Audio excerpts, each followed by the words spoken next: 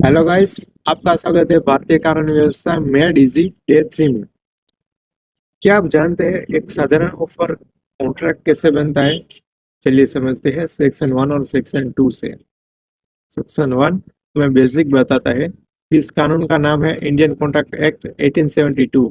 ये 1 सितंबर 1872 को लागू हुआ है और ये पूरे भारत में लागू है। सेक्शन 2 में इसकी डेफिनेशन दी गई है कि कॉन्ट्रैक्ट किसे कहते हैं।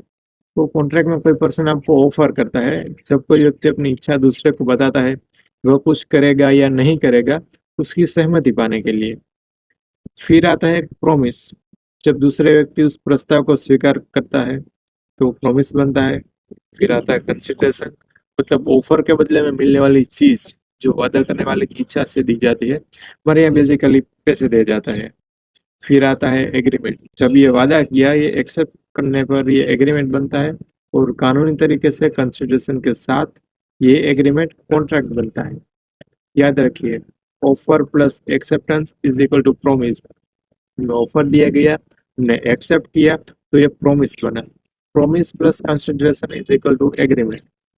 हमने प्रॉमिस किया, इसके बदले में हमें कुछ मिल रहा है, तो ये एग्रीमेंट हुआ।